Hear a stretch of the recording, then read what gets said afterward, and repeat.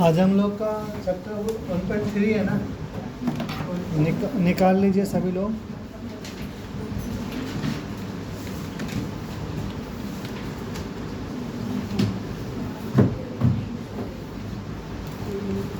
Reporting से regarding है। 6 second floor. बात तो कोई नहीं करेगा।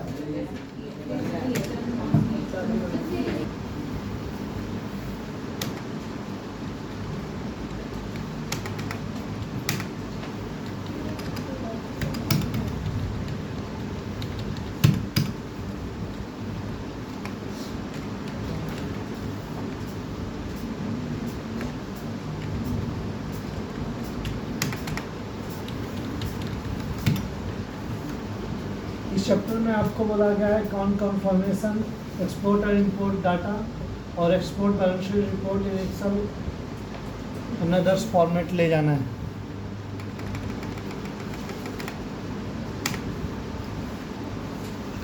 तो इसके लिए आज का आपका जो टॉपिक है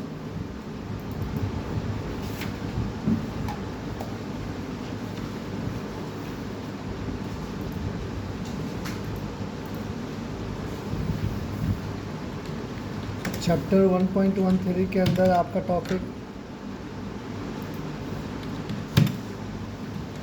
पहला है accounts,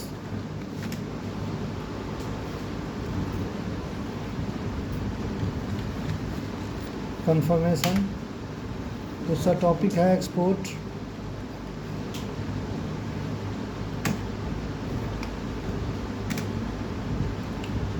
export and import data. Third one है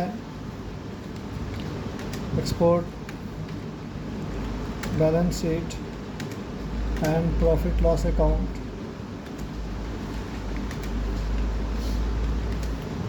इन एक्सेल और अदर फॉर्मेट।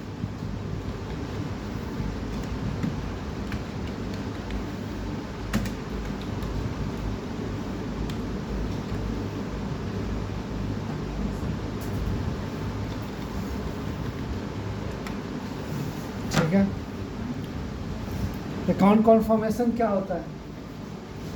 आप लोग ने एडवांस अकाउंट में भी करा है।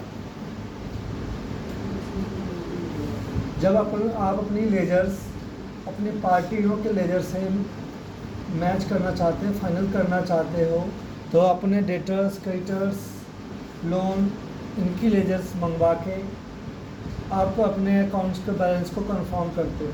इसके लिए डेटर्स क्रेडिटर्स को जो लेटर भेजा जाता है जो बैलेंस कंफर्म करे उसे हम कंफर्मेशन लेजर कहते हैं। इसी तरह डेटर्स से हमें जब पैसा लेना होता है और वो टाइम से पेमेंट नहीं कर रहा है तो पेमेंट कलेक्शन करने के लिए हम उसको रिमाइंडर लेटर देते हैं। ठीक है। फॉर कलेक्ट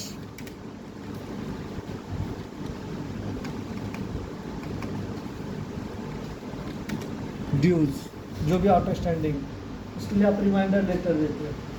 तो आज के टॉपिक में यही है।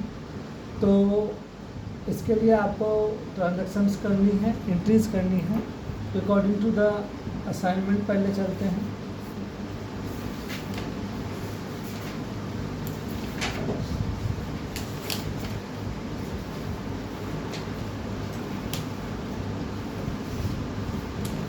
असाइनमेंट में आपको दिया गया है कि जो आप कंपनी क्रिएट करिए और कंपनी क्रिएट करके ओपनिंग बैलेंस डालिए। तो मैंने भी वही करा, लेजर्स बनाई। Capital, under the head of capital उनकी ओपनिंग बैलेंसेस 3 लाख।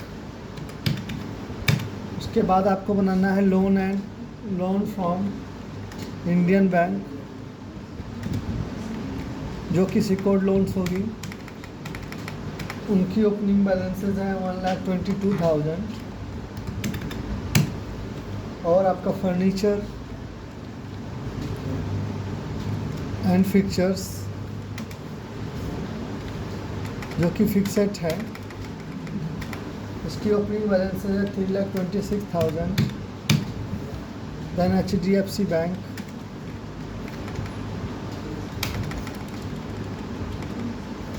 इसकी ओपनिंग बैलेंस है 91,000। प्रॉफिट लॉस की ओपनिंग बैलेंस है आपकी 32,000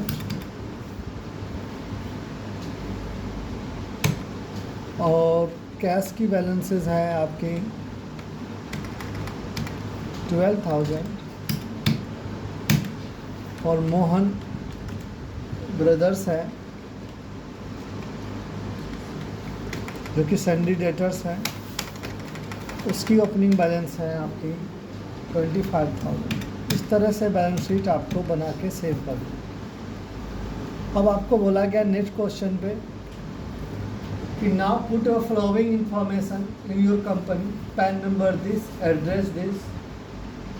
तो एड्रेस तो हमने भर ही दिया है कंपनी का, बट आपको बता रहे हैं कल को कंपनी का एड्रेस अगर अपडेट करना हो तो आप कंपनी ऑल्टर जाके यहाँ एड्रेस आप बदल सकते हो, ठीक है।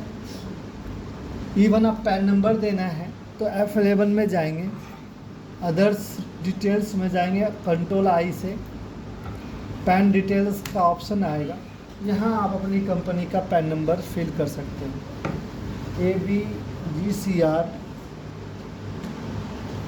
3651K। तो हम गए F11 में जाके अदर्स रिपोर्ट में कंट्रोल I प्रेस करके डिटेल डाल दिया, मोर डिटेल्स, सेव कर दिया। नाउ कहता है company purchase on 2 June 12 pieces carbon mobile A3 plus mobile from at the rate of 3800 from ABC limited. तो एक पार्टी बनाई गई, उसका नाम है ABC लिमिटेड जो कि सिंडिकेटर्स होगा, उनकी एड्रेस नहीं दिया हुआ है, छोड़ दीजिए। एक लेजर बनाइए purchase under purchase account, save कीजिए और उसके बाद कुछ आइटम्स बनाइए गोडाउन बनाते हुए। मान लो गोडाउन हमने कानपुर बना लिया, यूनिट बना लिया पीसेस, कोई डेसिमल प्लेस नहीं देंगे, सिंपल। स्टॉक आइटम बोला है, मोबाइल का नाम है कार्बन A3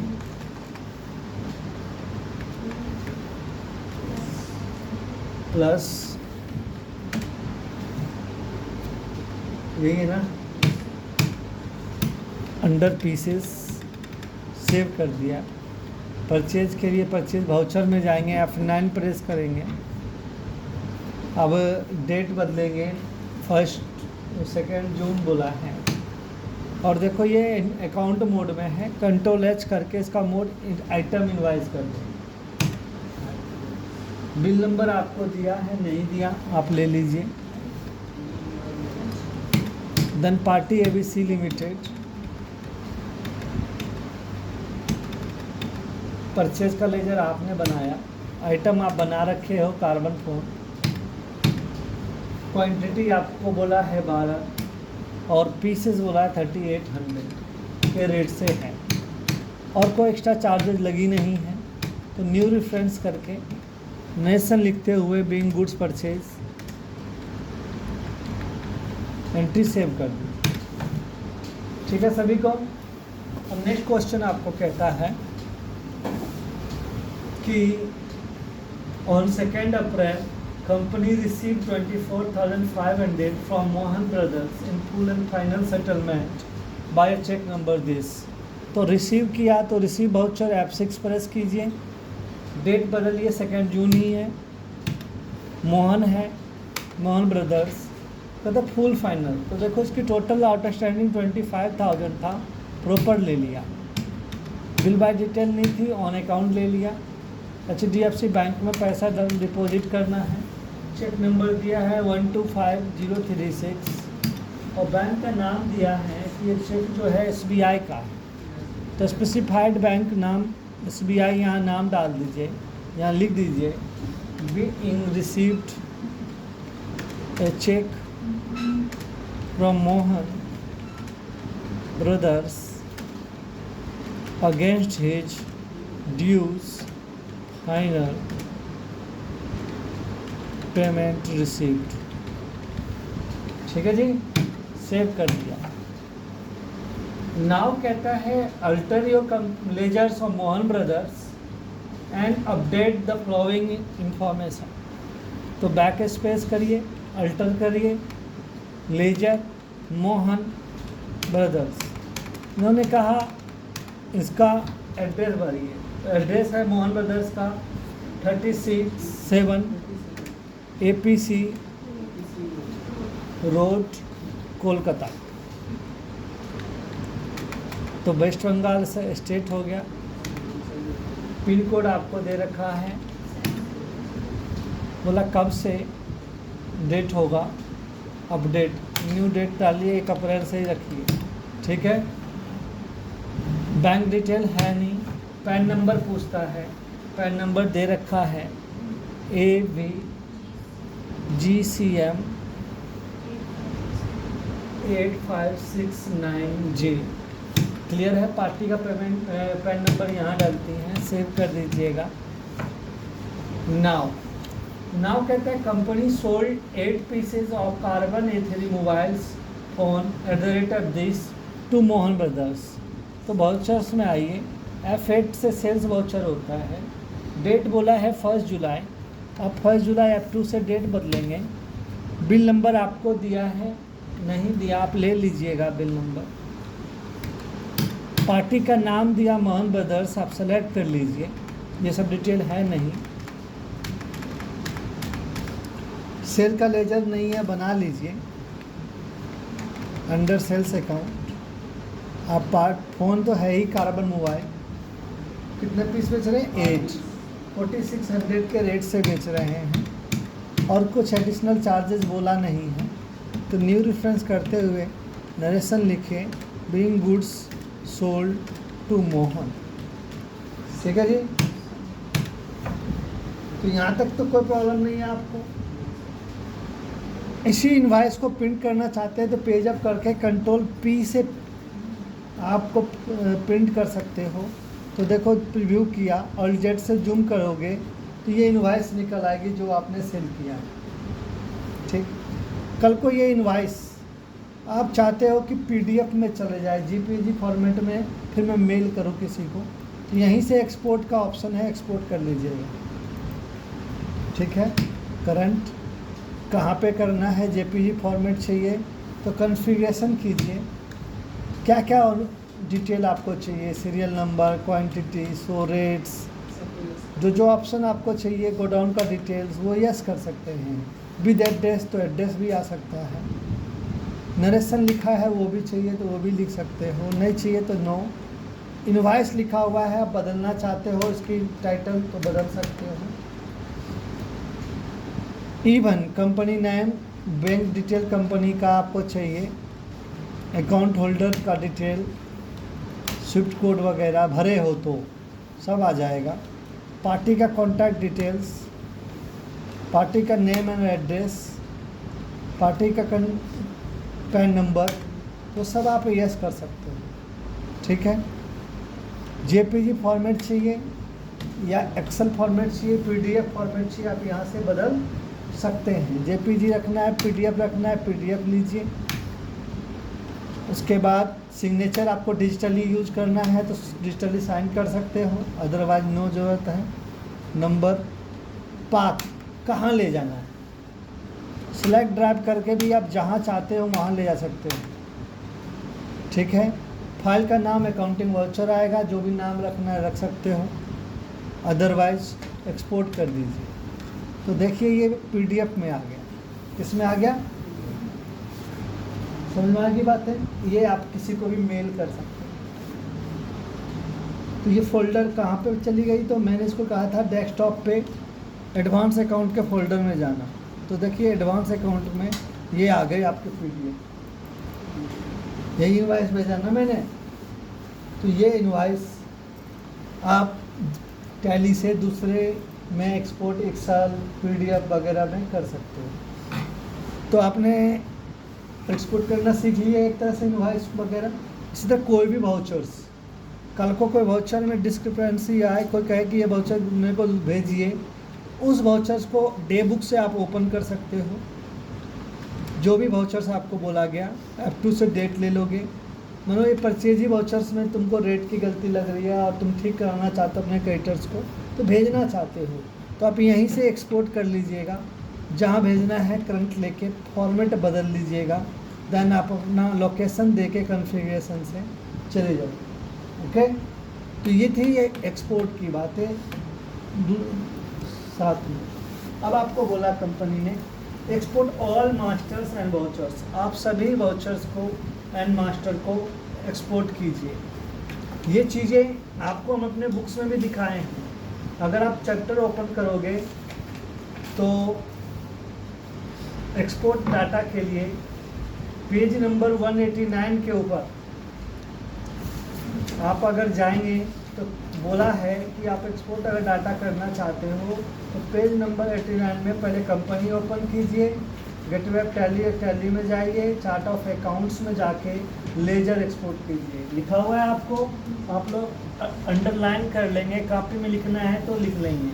तो देखिए ये आपके सामने ही है डिस्प्ले में, gateway of tally and chart of account. अब आपको बोला यहाँ पे आपको क्या चाहिए, लेजर्स चाहिए, तो लेजर्स ले लीजिए, सारा लेजर आ गया यहाँ पे। डन कहता है एक्सपोर्ट कीजिए। आप यहाँ एक्सपोर्ट का ऑप्शन Alt+E से ला सकते हो। देन करंट करना है मास्टर, तो यहाँ ले लीजिएगा मास्टर। क्या ले लीजिएगा, मास्टर में कॉन्फ़िगरेशन कीजिएगा। लेजर खाली आ रहा है, आप चाहते हो ऑल मास्टर चाहिए तो ऑल मास्टर कर सकते हो, पार्टिकुलर लेजर चाहते हो तो पार्टिकुलर लेजर का सेंटर ले सकते हो। अभी आप ले लीजिएगा ऑल मास्टर। ठीक, कहता है इंक्लूडेड डिपेंड, यानी सब ग्रुप भी चाहिए आपको। मैंने कहा यस।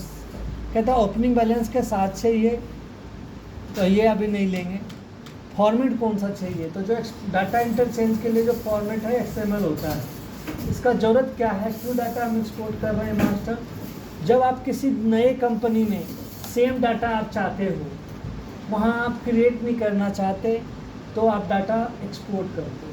तो अभी हम डाटा एक्सपोर्ट कर रहे हैं, XML फॉर्मेट में लीजिएगा। पाथ पूछता है, बाय डिफ़ॉल्ट जहाँ जा रहा है वहीं जाने दीजिएगा, चेंज मत कीजिएगा। फाइल का नाम आप चेंज कर सकते हो, बट .xml यानी एक्सटेंशन जो XML का है वो ज़रूर रखना। अभी देखो मास्टर लिखा हुआ है, मैंने कहा नहीं, मैं यहाँ ICA.xml रखना चाहता हूँ। ICA तो नाम हो गया और फॉर्मेट का नाम है XML। एंटर कर दिया। और भी कुछ चाहिए तो शो मोर करके और भी चीज़ें हैं, ठीक है, लैंग्वेज भी आ रहा है, हर चीज़ है। आपको जब ये कॉन्फ़िगरेशन कर लिए देन एक्सपोर्ट कर दीजिए। एक्सपोर्ट हो गया और देखिए टैली प्राइम में ICA.xml करके फोल्डर आ गया। ठीक है, तो ये फिर से मैं रिपीट बता रहा हूँ, एक्सपोर्ट में जाना किसके लिए, डाटा एक्सपोर्ट करने के लिए। और ये हम कैसे आए, gateway of Tally, chart of accounts, then export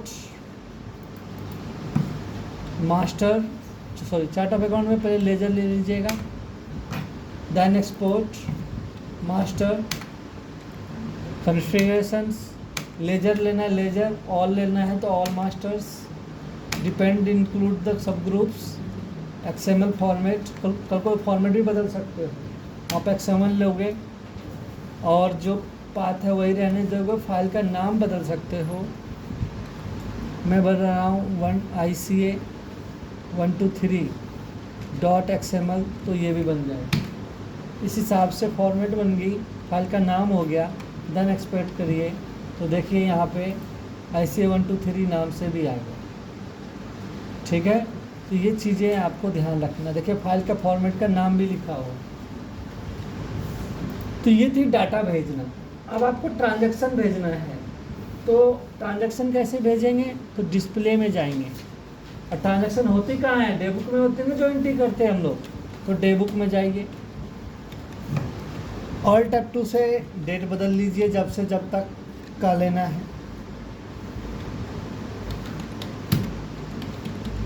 सारी एंट्री आ गई जो थी। उसके बाद Alt+E कीजिए एक्सपोर्ट करने के लिए।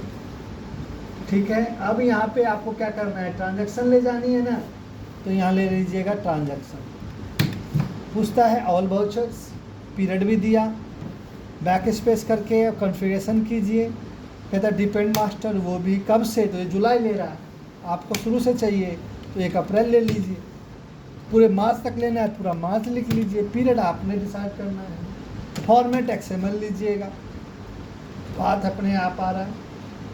फाइल का नाम आप बदलना चाहते हैं, इंसर्ट करके चेंज करोगे तो जब इंपोर्ट करेंगे तो फिर आपको वो पाथ देना पड़ेगा, हाँ तो फिर वो गलत हो जाएगा। 321.xml कर दिया हमने, ठीक है। तो ये हो गई फॉर्मेट, देन एक्सपोर्ट। तो देखो एक फाइल 321.xml भी आ गई, ICA 123 भी आया। अब हम एक नया कंपनी बनाते हैं,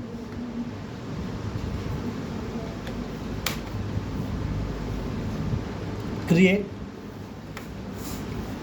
उसका नाम ही एक्सपोर्ट डाटा, बाकी चीज़ हम नहीं भरते हैं। फाइनेंशियल ईयर 120 सेव कर लेते हैं।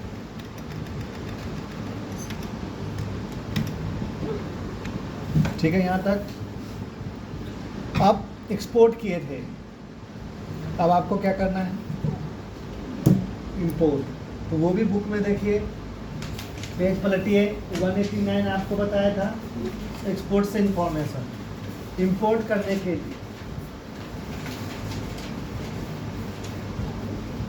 ये तो PDF में दिया, ठीक है, कोई बात नहीं। यहाँ देखिए इंपोर्ट का ऑप्शन आपके सामने दे रखा है मेनू बार पे, ले लीजिए। अभी देखिए पहले इंपोर्ट करने से पहले इसमें देखिए कोई डाटा नहीं है, it is a blank. Ledger में देखा जाए तो ओनली 2 लेजर है। अब हम चाहते हैं इंपोर्ट करना, पहले मास्टर, कहता फाइल का नाम बताओ, इसलिए मैंने कहा था पाथ नहीं बदलना। देखो ये पाथ अपने आप ले रखा था ना, अगर हम पाथ बदलेंगे तो मुझे वो पाथ डिसाइड करना पड़ेगा। तो इसीलिए आप जब इंपोर्ट करें तो पाथ ना बदलें, ठीक है। फाइल का नाम बोल रहा है, जिस जगह पे ये है एक्सपोर्ट करने लायक, इंपोर्ट करने लायक। तो हमने ICA 123 एक डाटा के लिए रखा था जो मास्टर था। कहता है कंबाइन विद ओपनिंग बैलेंस, ये जब है जब कोई डाटा नहीं, अगर डाटा पहले से है तो मॉडिफाई विद न्यू डाटा करोगे। हमने कहा कंबाइन विद ओपनिंग बैलेंस। कहता है कि जिसमें प्रॉब्लम है क्या, हेल्प टोटल सॉर्टिंग,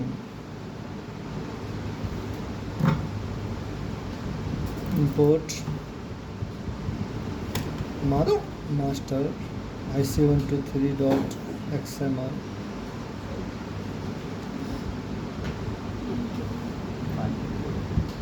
लेख कौन आएगा, कौन जाएगा,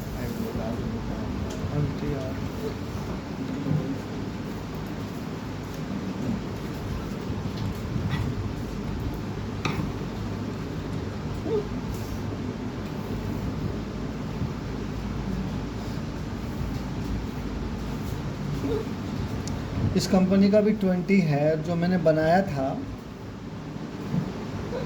उस कंपनी का भी नाम क्या था, चैप्टर 2021 ही है, सेम है, नो प्रॉब्लम।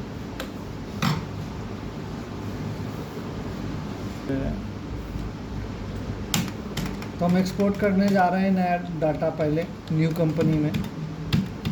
वहाँ आने के बाद, बनने के बाद कॉन्फ़िगरेशन नॉर्मली रहने देना। इंपोर्ट डाटा में आप जाएंगे, पहले कॉन्फ़िगरेशन करना। कॉन्फ़िगरेशन में आके ये वाला जो behaviour of import when exception exist है, यहाँ पे देखो ये सब ऑप्शंस हैं। आप यहाँ पे ignore exception and imports yes कर लीजिए, क्योंकि कुछ नया कॉन्फ़िगरेशन में कुछ चीज़ें आपके अलग होते हैं दूसरे में, तो एरर आ रही थी बार बार। उस एरर को ख़त्म करने के लिए आप यहाँ ले लेंगे इग्नोर एक्सेप्शंस एंड इंपोर्ट्स। क्यों? क्योंकि अब वहाँ कंपनी का एड्रेस हमने कुछ और भरा है, यहाँ पे भरे ही नहीं, तो थोड़ा चेंज डाटा इंटरचेंज में दिक्कत आती है, तो ये यस कर लीजिएगा।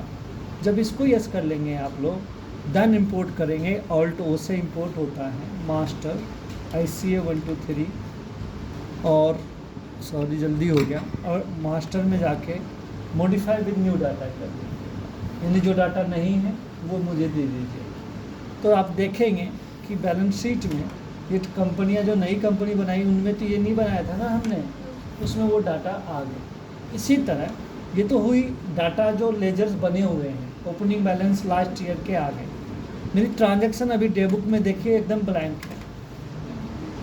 इसको भी लाने के लिए ऑल्टो कर ला, ट्रांजैक्शन में आना, ठीक।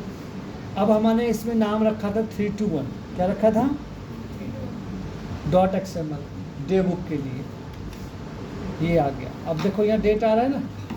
अब आप देखो थोड़ी देर पहले ट्रांजैक्शन भी नहीं था, अब हमारे पास वो ट्रांजैक्शंस हैं जो हमने दूसरी कंपनी में की। इसमें क्या थे? इसकी यूटिलाइजेशन कब होती है? यूटिलाइजेशन तब होती है जब मेरे अलग अलग कंप्यूटर पे डाटा तैयार हो गया है, उनको मर्ज करने के लिए, मेल आने के लिए, या ब्रांच अकाउंटिंग को करने के लिए ज़रूरत पड़ती है, ठीक है।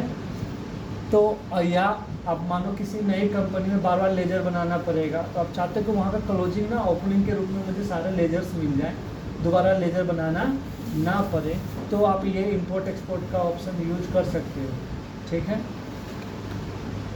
तो एक्सपोर्ट करते वक्त में एक चीज़ अब नया बता रहा हूँ, इसको तो पहले बंद करना है। चार्ट ऑफ लेजर अकाउंट में जाइएगा, लेजर में जब आप ये एक्सपोर्ट करोगे ना, तो एक नया ऑप्शन इसमें और आता है, लेजर कॉन्फ़िगरेशन ऑल मास्टर मान लेते हैं। यहाँ एक ऑप्शन पूछता है export closing balance as opening balance. जब आपको किसी भी साल का बुक्स अकाउंट क्लोज हो गया है और आप चाहते हो कि मैं जब नई कंपनी बनाऊँ, या तो उसे कैरी फॉरवर्ड कर लूँ या नई कंपनी बनाऊँ अगले फाइनेंशियल ईयर का, और उसमें जो लेजर्स हैं यही लेजर मुझे वहाँ मिले, दोबारा बनाना ना पड़े, इवन उनके ओपनिंग बैलेंस के साथ। अभी आप देख रहे थे कि हर असाइनमेंट में हम लेजर नया बना रहे थे, उनकी बैलेंसेस डाल रहे थे। आप चाहते हो कि अब new company new financial year में जब बनाए तो वहाँ पे यही लेजर आ जाए और इसकी क्लोजिंग वहाँ ओपनिंग बन जाए। नहीं, वो नई न्यू फाइनेंशियल क्रिएट करने पे तो सिर्फ आपको कंपनी ऑटोमेटिक क्रिएट हो जाती है ना, बट लेजर होता है क्या वहाँ पे?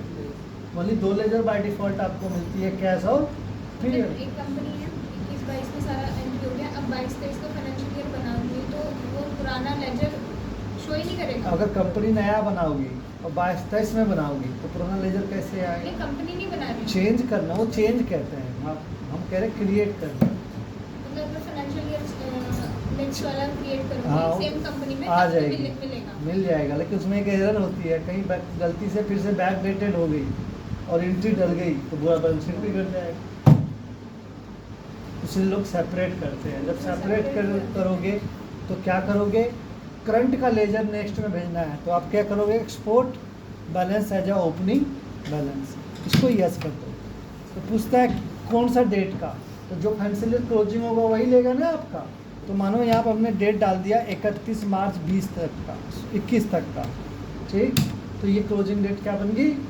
21। अब आप इसको फाइल का नाम बदल के मानिए हम 55.xml कर दिए, और अब आप कॉन्फ़िगरेशन एक्सपोर्ट कर दिया, हो गया एक्सपोर्ट। ये भी 55 आ गई, लेकिन इसको हमने फाइनेंशियल ईयर क्या कर दिया है? 21 के बाद हमको चाहिए सारा लेजर।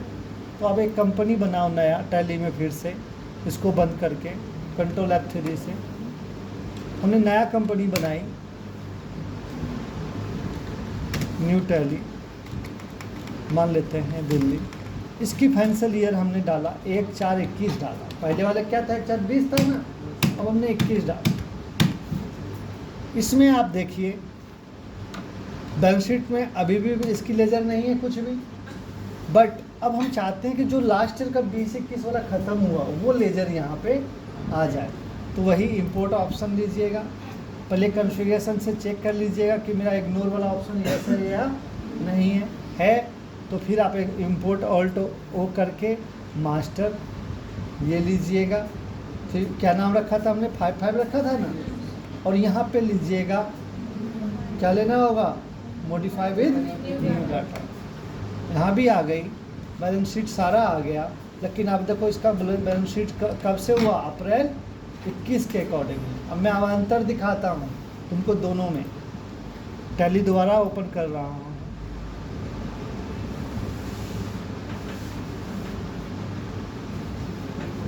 ये आप देखिए, जो मैं पहले चैप्टर करवा रहा था 1. रिपोर्टिंग वाला 1.30, इसके अंदर जो ये बैलेंस शीट था, ये क्लोजिंग बैलेंस है ना 5,06,000 रुपये। ओपनिंग में तो नहीं था ये। अगर ओपनिंग देखिए तो display trial F12 opening balance, no transaction, closing बंद कर दिया। तो मेरी ओपनिंग बैलेंस कितनी थी, 444।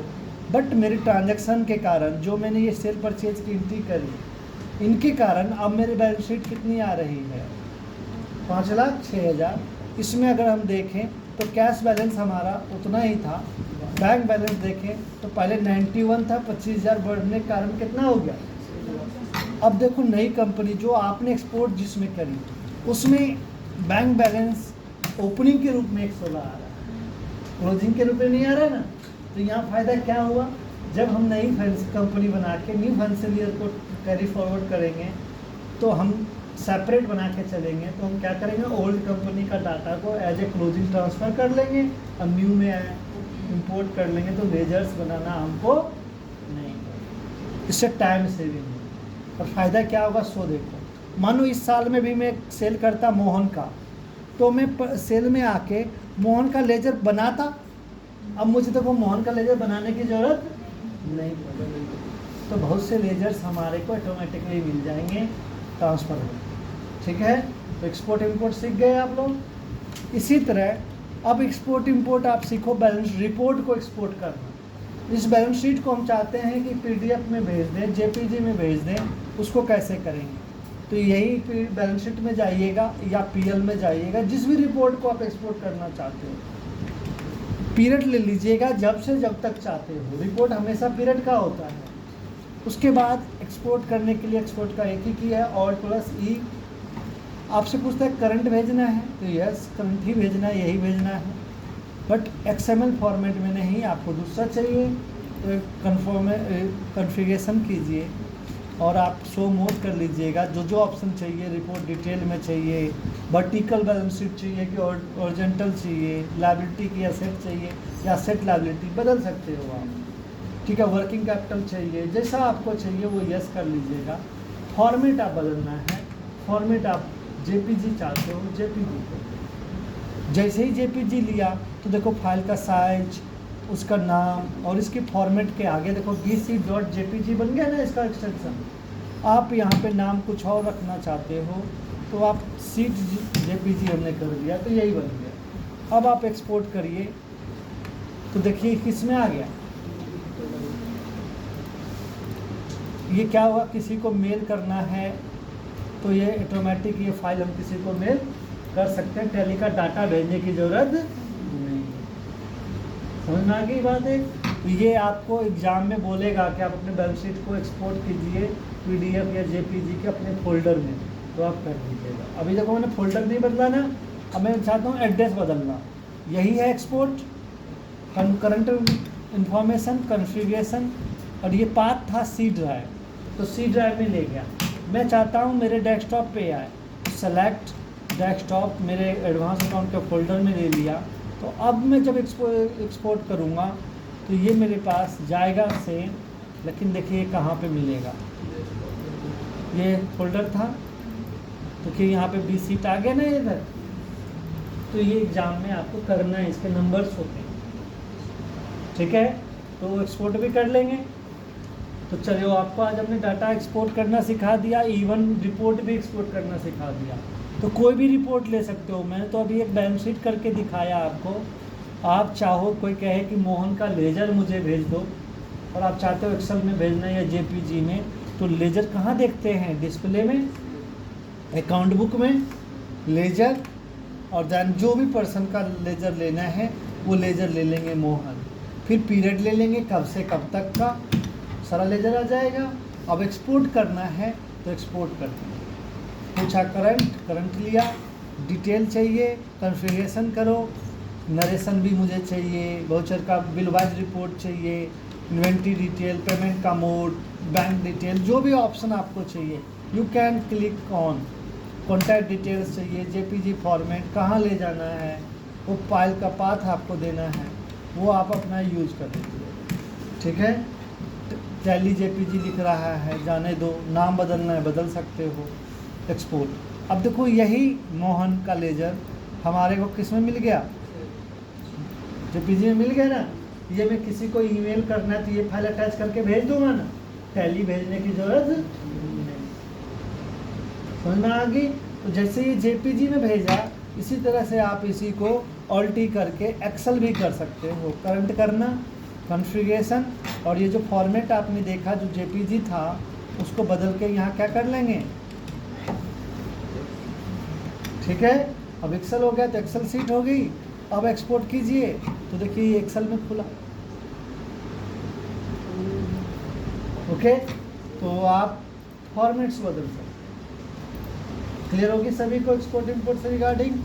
अब हम आपको एक नया टॉपिक सिखा रहे हैं जो इसमें मैंने वर्ड में बताया था कि मैं आपको पहले एक्सपोर्ट इंपोर्ट सिखाऊंगा। तो ये दोनों चीज़ हो गई कंप्लीट आपकी। अब आपकी बची है कंफर्मेशन और रिमाइंडर। तो इस सेशन के लिए कंफर्मेशन, तो कंफर्मेशन मैंने कहा किसका लेना होता है, लेजर का, यानी डेटर्स का, क्रेडिटर्स का, इन्हीं का लेना है। तो बुक में बोला गया कि मोहन को कंफर्मेशन लेटर भेजिए। ठीक है, कंफर्मेशन लेटर प्रिंट आउट करना है मोहन ब्रदर का, क्वेश्चन नंबर 9 में दिया है आपको। तो देखिए मोहन का लेजर कहाँ मिला, display, account book, ledger, Mohan brothers. Period ले लीजिएगा कब से कब तक, ये लेजर से उनकी जीरो बैलेंस 36,000 रुपये लेनी है। अब इस बंदे ने कहा कल को मना ना करे, तो इसलिए हम इसको लेजर भेजेंगे कंफर्मेशन को। बाय मेल भर सकते हो, बाय कैसे भी प्रिंट करके भेज सकते हो, पोस्ट भी। तो कैसे भेजें, कंट्रोल पी कीजिएगा, क्या कीजिएगा, देन कॉन्फ़िगरेशन में आइएगा। लेजर जा रहा है ना, ये लेजर को बदल के क्या कर लीजिए, अभी तक लेजर भेज रहे थे हम, क्या क्या रिपीट जा रहे हैं। लेजर में गए, एक्सपोर्ट करने के लिए ऑल्टी प्रेस किया, करंट में ही गया, बट कॉन्फ़िगरेशन में आके लेजर की जगह पे एंटर किया और क्या ले लिया, नरेशन चाहिए, डिटेल में चाहिए, मोड ऑफ पेमेंट भी दिखाना है, बैंक भी दिखाना है, और जो डेट प्रिंटिंग कर रहे हैं वो डेट भी लिखना है, किस दिन हम कंफर्मेशन लेजर भेज रहे हैं वो चाहिए। तो सारा लिख लोगे, पार्टी का जीएसटी नंबर, अपना जीएसटी नंबर, पैन नंबर, सारा ऑप्शन जो जो चाहिए आप यस कर सकते हो। डेजिग्नेशन लिखना है कि साइनिंग अथॉरिटी कौन भेज रहा है, तो वो भी लिख सकते हो, अकाउंट मैनेजर। ठीक है, देन फॉर्मेट कौन सा चाहिए, एक्सेल चाहिए, जेपीजी चाहिए, पीडीएफ चाहिए, इनका पीडीएफ दे दे। सिग्नेचर अगर आपको लगाना है तो सिग्नेचर होना चाहिए, अदरवाइज नॉट एप्लीकेबल। पाथ बदलना है बदल सकते हो। टैली का फाइल जा रहा है, तुम नाम कुछ और लिखना चाहता है लिख सकते हो, देन एक्सपोर्ट कर दो। अब ये देखो लेजर कैसा लिख के आ रहा है, पहले लेजर जा रहा था, अब क्या बन के गया, क्या बोलता है, टू मोहन, उसका एड्रेस आ गया, मैं भेज रहा हूँ, मेरा एड्रेस आ गया। डियर सर, अप्रैल से जुलाई तक का क्या है, confirmation accounts given below, details of your accounts standing in my और our books of account for above mention period. इस डेट तक आपका ये डिटेल है मेरे पास। Kindly return 3 copy starting with your IT permanent account number यानी PAN number, duly signed and sealed, यानी साइन करके मोहर लगा के इफ कंफर्मेशन से भेज दे मेरे को, अगर ठीक है तो।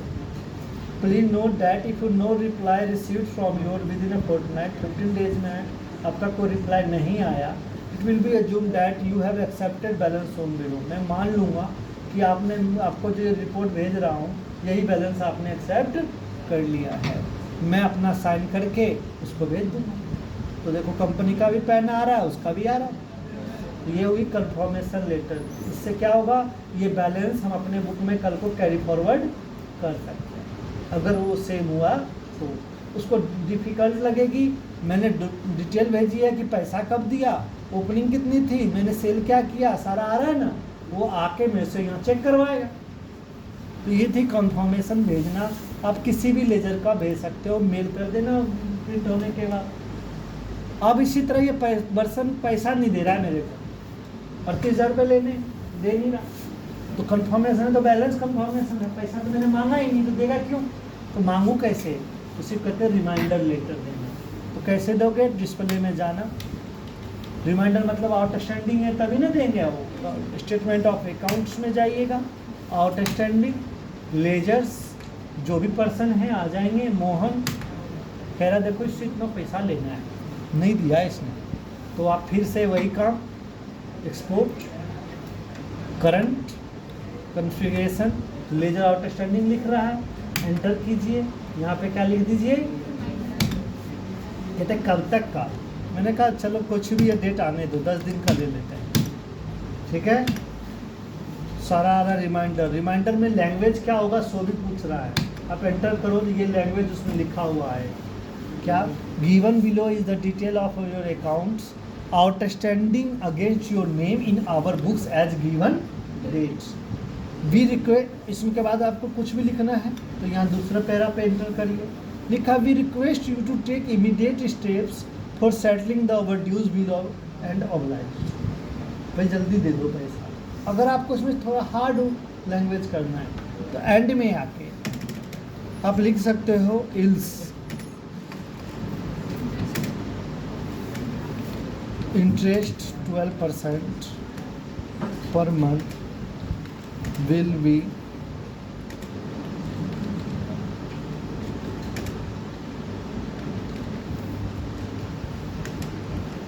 हमने ऐसा लिख दिया, ये लैंग्वेज बन गई ना, उसके लिए एंटर कर दिया तो वही बन जाएगा।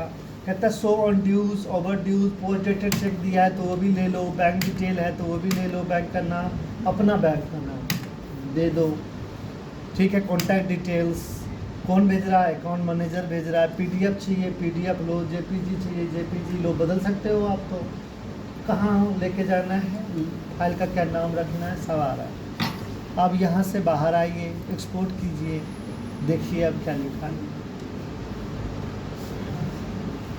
लिख दिया ना, to Mohan chapter sir madam outstanding है, given below is the detail, वही लैंग्वेज आ रहा है ना।